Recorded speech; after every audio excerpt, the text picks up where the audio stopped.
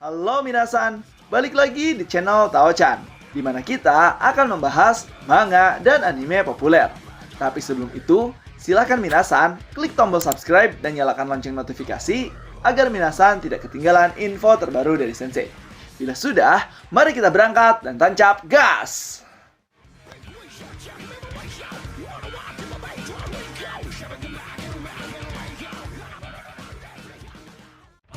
Oke, halo minasan semua. Di video kali ini saya akan membahas lagi, yaitu spoiler manga Record of Ragnarok part pertama. Saya akan bagi dua ya, part 1 dan juga part 2. Nah, untuk part pertama ini kita akan membahas yaitu masa lalu dari Simo Haiha, yang mana dia melakukan perang dengan Uni Soviet di Kola. Jadi seperti apakah kisahnya di video kali ini?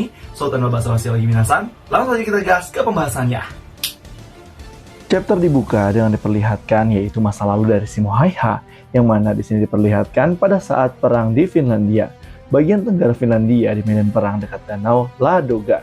Simo Haiha diceritakan sebagai legenda perang abadi yang lahir dan terukir dalam sejarah umat manusia, yaitu keajaiban di Sungai Kola, tragedi dan legenda pun yang terukir dalam sejarah. Kita pun diperlihatkan beberapa pasukan Uni Soviet yang mulai menyerang perbatasan Finlandia, di mana di sana itu adalah tempat dari Simo Haiha untuk melaksanakan tugasnya. Di sini orang-orang pun membawa senjata.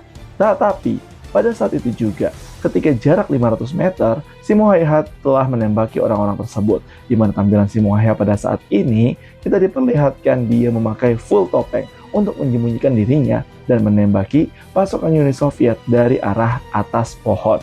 Dari situ juga, kita dijelaskan pada saat itu, 30 November 1939, Uni Soviet melancarkan invasi ke Finlandia. Mereka mulai maju dari tempat rute utama tentara besar yang terdiri dari 1 juta tentara. Secara kontrak militer Finlandia, kurang dari sepertiga dari jumlah tersebut terdiri dari sekitar 250.000 orang yang berkumpul dengan tergesa-gesa, termasuk petani dan pemburu. Dan inilah yang dikenal sebagai Perang Musim Dingin. Dan di sana kita bisa melihat foto dari Simo Haiha yang merupakan pemburu sekaligus petani yang ikut dalam Perang Musim Dingin melawan Uni Soviet. Pada hari itu juga kita bisa melihat bahwa pasukan Uni Soviet mulai tergesa-gesa. Finlandia bagian selatan timur pun garis pertahanan Sungai Kola. Tentara Finlandia gemetar dan bertanya, apa itu tentaranya? Sangat banyak sekali. Bahkan di sini catatan menunjukkan bahwa pasukan pertahanan Finlandia yang ditempatkan di sana hanya berjumlah 32 tentara saja. Ibaratnya, pasukan yang begitu banyak melawan hanya segerintil pasukan saja. Namun tiba-tiba saja, walaupun pasukannya hanya sedikit, tetapi suara tembakan terus berjatuhan yang mana membuat pasukan Uni Soviet terkaget, yang ternyata yang menembak adalah Simo Haiha. Di sini Simo Haiha terus menghitung jumlah tembakan yang dialurkan oleh dirinya. Tentara Uni Soviet pun bertanya-tanya siapa yang menembak, bahkan di jarak 500 meter. Simo Haiha pun terus menembakinya tanpa pandang bulu, seolah-olah dia adalah kematian yang sangat dingin. Bahkan di sini diceritakan, setiap kali dia menembak, tentara musuh gemetar. Di dunia yang sangat dingin mencapai minus 40 derajat Celcius, dia mengisi setiap peluru, membidik ketinggian besi dan menarik pelatu. Tingkat kena tembak sebenarnya adalah 100%. Tentara musuh gemetar ketakutan, bahkan mengatakan, tidak mungkin kita ditembaki dari jarak itu. Kita masih setidaknya 500 meter dari garis pertahanan, iya kan? Tetapi apa yang tidak mungkin? Hingga pada akhirnya mereka pun menyadari siapa yang menembaki mereka.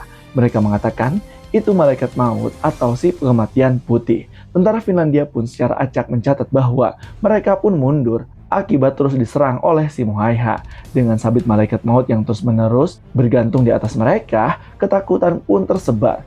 Bahkan pasukan Uni Soviet pun dipaksa mundur oleh pembantaian Simo Haiha. Kemudian dari situ, para prajurit Finlandia mulai bersorak melihat musuh mundur.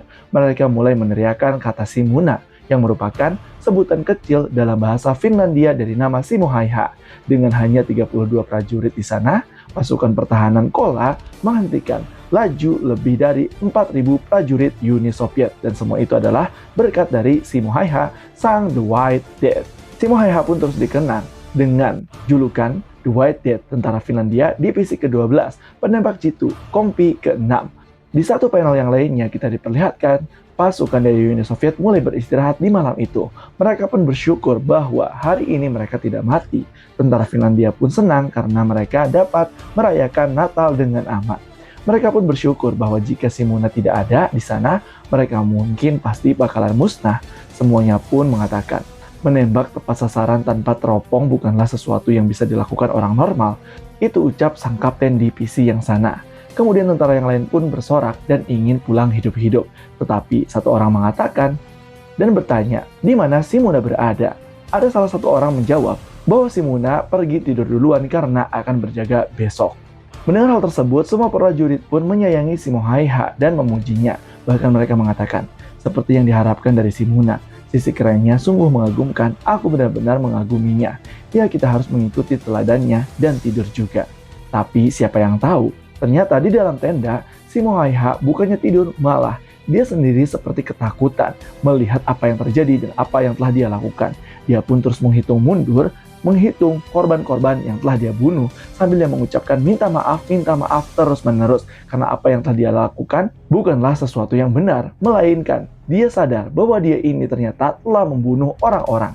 Dari situ, Shimohaiha terus diluputi oleh rasa bersalah karena telah banyak sekali membunuh pasukan Uni Soviet. Dia sendiri merasa berdosa dan bahkan agar moralnya tidak hancur, dia pun mati-matian mengenakan topeng untuk menenangkan dirinya dan menyembunyikan kekhawatirannya. Dia pun merasakan frustasi yang begitu amat dahsyat, terus menghitung musuh-musuh yang telah dia bunuh. Karena bagi Shimohaiha, ketika dia membunuh seseorang, jantungnya pun ikut tertusuk dalam dan mengeluarkan darah segar. Keesokan harinya, perang pun dimulai lagi. Dan pada saat itu, tepat seminggu sebelum perang musim dingin berakhir, pada 6 Maret 1940, garis depan Sungai Kola. Dari mana tembakan itu berasal, ucap seorang dari pasukan Finlandia, yang ternyata Shimohaiha ini terus saja menembaki mereka dengan jarak yang begitu jauh. Dan pada saat jumlah musuh yang telah dia kalahkan melampaui 540 orang, sebuah insiden pun terjadi, di mana seseorang pun akan menembak Shimohaiha dan bahkan meneriaki, Shimohaiha, di mana kau? Yang ternyata dia adalah prajurit penembak jitu pasukan Uni Soviet. Pada awalnya, peluru tersebut tidak akan mengenai Shimohaiha dan akan meleset. Namun ternyata hal tersebut salah, karena penembak jitu musuh menarik pelatuk saat putus asa, yang membuat peluru tersebut langsung memantul dan mengenai kepala Shimohaiha, tepatnya di rahang Shimohaiha. Semua orang pun yang melihat Shimohaiha terkena oleh peluru musuh langsung menghampiri Shimohaiha dan berteriak, Shimuna, Shimuna, sadar kau. Dan di situ Shimohaiha mulai sadar bahwa takdirnya akan berakhir. Kepalanya pun mulai pusing dan bahkan dia memprediksikan bahwa ia akan mati pada saat itu juga. Dan apa yang dirasakan oleh Shimohaiha saat bersama rekan-rekannya adalah semakin kacau dan semakin gelap. Dan singkat cerita, pada saat Shimohaiha sadar, ternyata perang musim dingin pun telah berakhir. Shimohaiha nampak di kursi roda sambil meratapi apa yang telah dia lakukan dalam perang tersebut. Namun sisi baiknya adalah Shimohaiha berakhir sebagai penembak jitu dengan rekor resmi adalah 542 pembunuhan terbanyak dalam sejarah manusia. Penembak jitu terhebat dalam sejarah manusia yang menembak lebih jauh dari siapapun adalah pria yang lebih baik dari siapapun sampai tercatat oleh Guinness World Record.